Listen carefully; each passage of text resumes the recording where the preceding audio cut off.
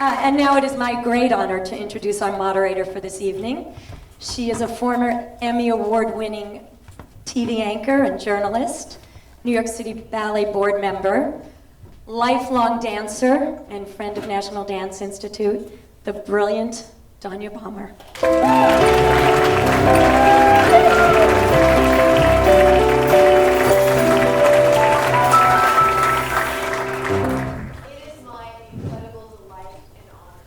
Introduce these three men to you tonight. They have shaped the world of dance for the last 60 years, and I gotta tell you, I was a little starstruck tonight. First of all, Edward Villella joined New York City Ballet in 1957. He is probably still the only welterweight prize-winning fighter to be a professional ballet dancer, a principal dancer. And he rose to meteoric heights with his incredible jumps and leaps. And then, after New York City Ballet, he went on to build one of the greatest ballet companies in the United States, Miami City Ballet, where he was the founding artistic director. It's a position that he held for some 25 years, more than that. Welcome, Mr. Edward Villella.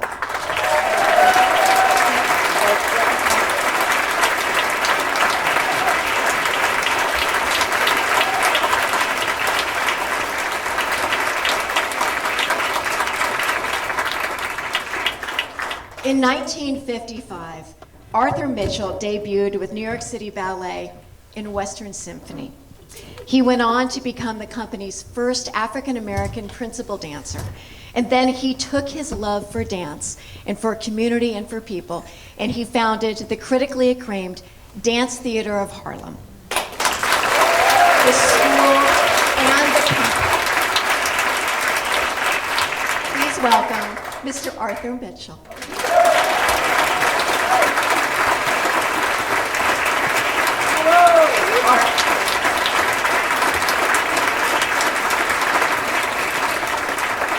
And certainly, last but not least, a guy we know as Jacques D'Amboise joined New York City Ballet at the tender age of 15. Till I sit down. He was there for about 35 years. He is Apollo. He is a legend, as we like to say. Jacques D'Amboise, come on up. Give me a hug, because while he was he founded National Dance Institute. And because of NDI, literally hundreds of thousands of children across the world, not just the country, have been given the gift of dance. I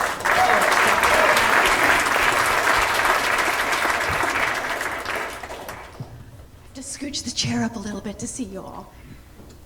So tell me what it feels like to be together again.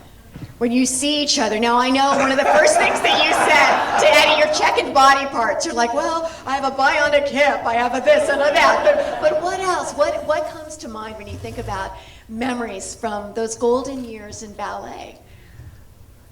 Do I go first? Yeah, go ahead. You're the oldest. The Eddie Villella flying around the stage. Eddie Villella flying around the stage. I used to think I was a good jumper, but he could jump over cars. Not a van.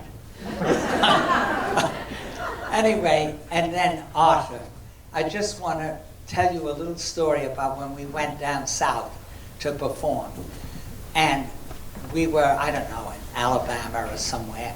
And the stage guy refused to open the curtain because Arthur was on stage with a white woman. So, I don't know, Ronnie Bates or whoever it was opened the curtain. And then the follow spot guy wouldn't put the follow spot on, right?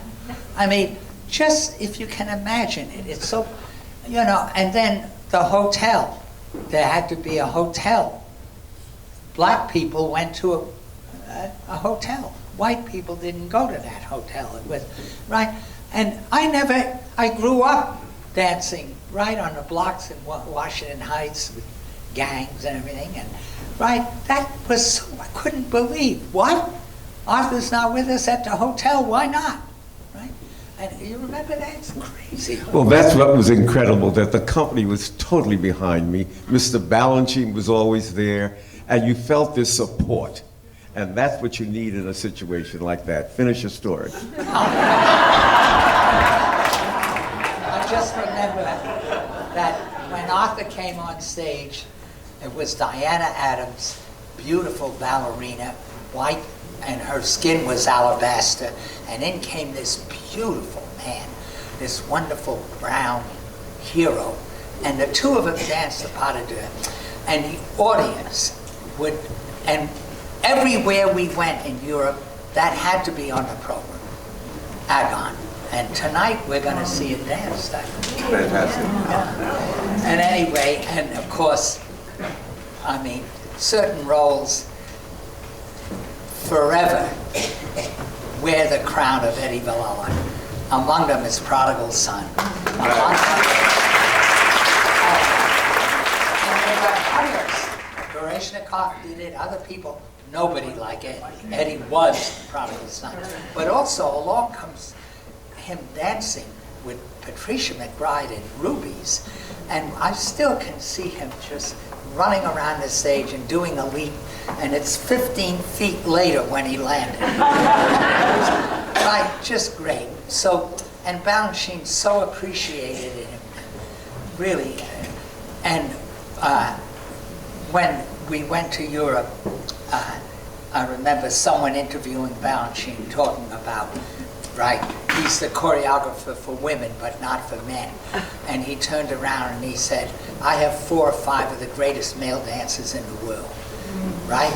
He said, what do you mean I don't choreograph for men? Look at Prodigal Son, look at Apollo, look at, right? We're stupid people. Anyway, but that's not you. I'm so glad you're all here. I thank you for gracing our little theater and being here for us, and especially to see friends and loved ones and some of the ballerinas. It's Balanchine's guys. Their gals are out there too. We're so lucky. And I believe Frank Oman and the Sackett brothers and several others. Gina, Jacques, Right. I think we have a good portion of the opening night cast of Midsummer Night's Dream here. Oh, seriously, we do. Mizuki's here. We have a butterfly. We have a Hermia. We have an incredible group tonight. We could do it. We could do it. We could stage it. We could do it right here. Arthur, tell us some of your favorite memories. What comes to mind when you see Well, these you guys? asked, what does it feel like when you see the guys that were with you? And I think that what we've experienced, no one else will ever have it in their lives. You were the first, yes. And we support each other, we like each other, we don't fight. There's no ego involved in that sense. And every time you see them, you forget, they really were and are wonderful dance artists. And they all want to give back to make it a better world for us to work out of. So it's my pleasure, my honor to be here and share all this with the audience and with my 2 commies. Edward, what are some of your favorite memories when you see these guys?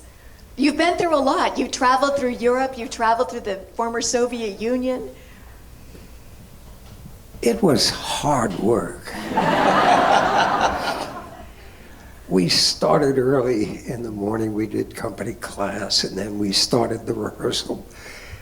And then we had to prepare for the performance, then the actual performance itself. And I remember specifically our very opening night in the Soviet Union. And this was during the Cuban Missile Crisis. And at any rate, Agon had opened the evening, and I had a role in it. And I finish my role, and I make my bow to this grand Russian audience, to thundering silence.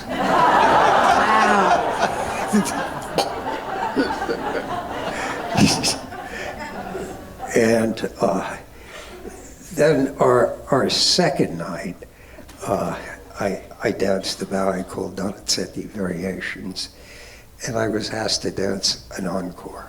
I'd never danced an encore before. I knew nothing about encores. I'm not trying to upstage you, I'm just trying to... Yeah. Don't mind upstaging me, Arthur. Just make yourself comfortable.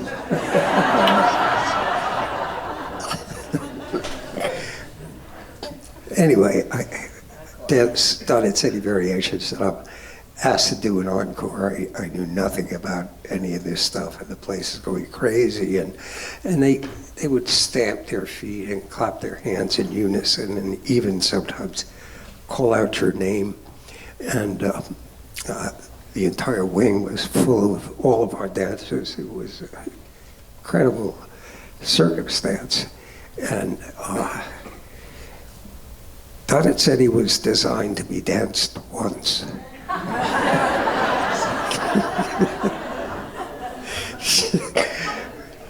Anyway, the second time, it was terrible because there was a rake stage. And the groans, the rake stage. yeah, and going down was terrific.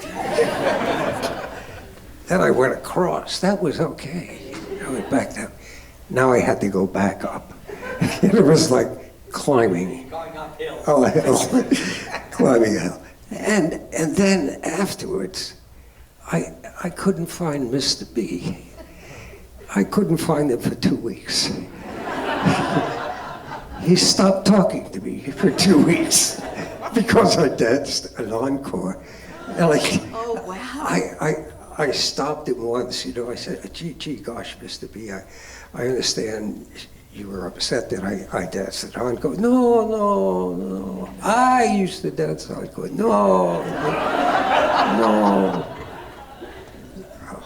Anyway, he then decided, a couple of days later, he said, awful costume, terrible, awful. And it's a gorgeous costume. I mean, just gorgeous. Donnet said I'm Italian. I looked at and I'm not the tallest guy. Right? So you want to have something that makes you look baby.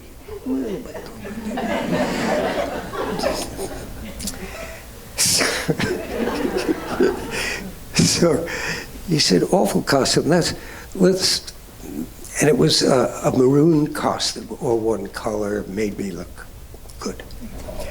And he said, okay. And he starts pulling out tights from the bowels of the Bolshoi, and he's pulling all of these. He says,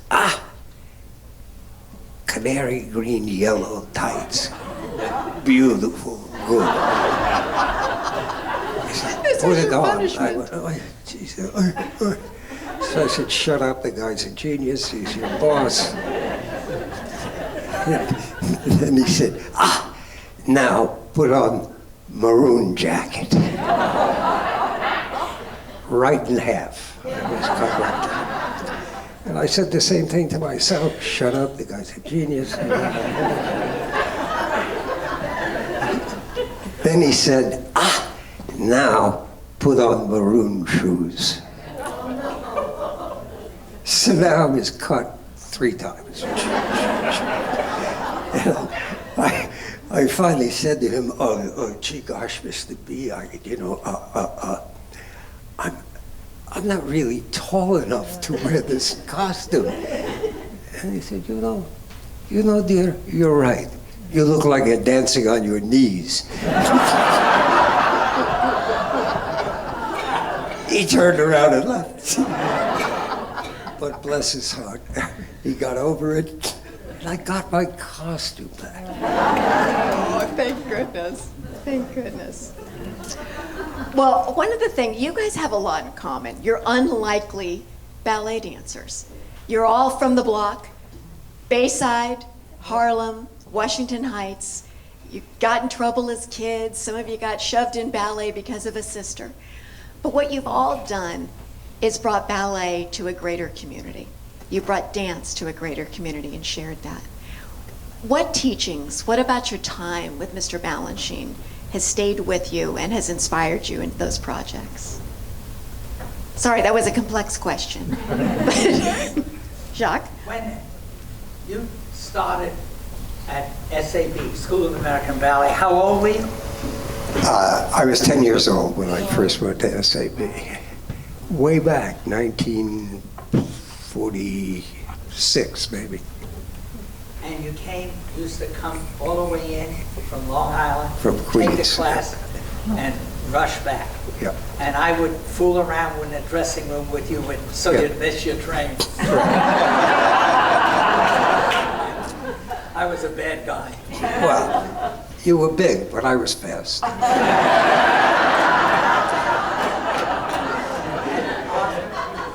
How did you first get involved? How did you first get involved? Well, the thing is, I started as a tap dancer. Then I did modern, jazz, everything at that time just to get a job. And everyone had said to me, you should be a ballet dancer. I said, oh, no, me, ballet, no. And I went to the High School of Performing Arts. And Lincoln Kirstein saw me do my graduation exercise and offered me a scholarship to the School of American Ballet. And I had to make a choice of what I was going to do because I also won a scholarship to Bennington College. So I had a choice. Go to Bennington and have a big harem of young ladies, or go to SAB and get some classical technique. And I said, if I did, what could I do to make me so good that people would use me regardless of my skin color? So I took the scholarship to go to the School of American Ballet. And I went, and everyone was really just marvelous with me. And Lincoln Kirstein, if you know Lincoln, can be very imposing. And I go up to this, he said, you are a Negro. I said, oh, geez, I got it. I said, yes. He said, I said, what's new, Lincoln? And he said, in order for you to get in the court of ballet, you have to be the equivalent of a soloist. And I said, okay, Your Honor, I'll prove to you that I can do it. And I started working like a madman. And so I studied everything, and I was starting very late, because I was 18 years old. And to start dancing classical ballet at that age is a big no-no. But I'm very determined. I'm very maniacal about what I believe and what I do. And that's what happened, and I ended up staying at the school, studying for 3 years, and I had to work in order to get a job. So I said to Mr. Kirstein and Mr. Balanchine, I've got to work. And so I got a job with John Butler's American Dance Theater, and I was touring Europe. And I get this telegram from Lincoln, Arthur, come back, we're offering you a job in the court of ballet. George and I would like to see you. We got a big minimum, a big salary of $90 a week. I said, oh wow, a lot of money. So I came back and we made a pact. There would be no publicity. Negro breaks barrier. I said, let me get in the company, let me dance, and whatever I get, I will get it on my hard work and my talent. So nobody knew I was in the company. Jacques was doing 7 Brides for 7 Brothers. So I did his role in Western Symphony. And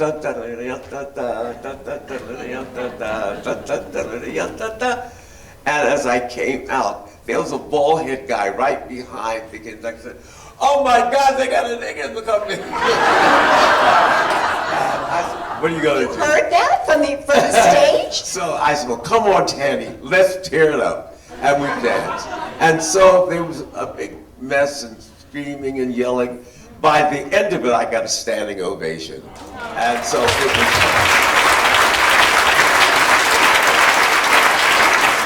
But, you know, Mr. B was such an incredible man. And I think all of us got to be a part of him. He was like our surrogate dad in a way. And as you said in your interview, he was the epitome of a gentleman. And so we all learned that from Mr. B. How are you? How do you do? Open the door, sit down, be a gentleman. And so all those things rubbed off on all of us. And we went to Russia for the first time in 1962. And at that time, communications weren't like they are now.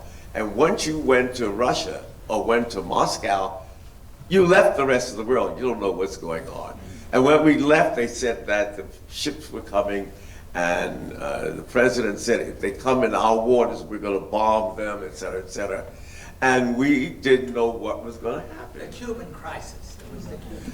And so we got there, and there wasn't enough to eat. You had to have your clothes, you had to have this and that and that. And so the next morning, we woke up and we saw all these army planes and guns and people, and we said, oh God, we're at war. So Betty Kay said, I planned 1, 2, 3, how we could get out and stuff like that. And we looked around. It was Russian armistice.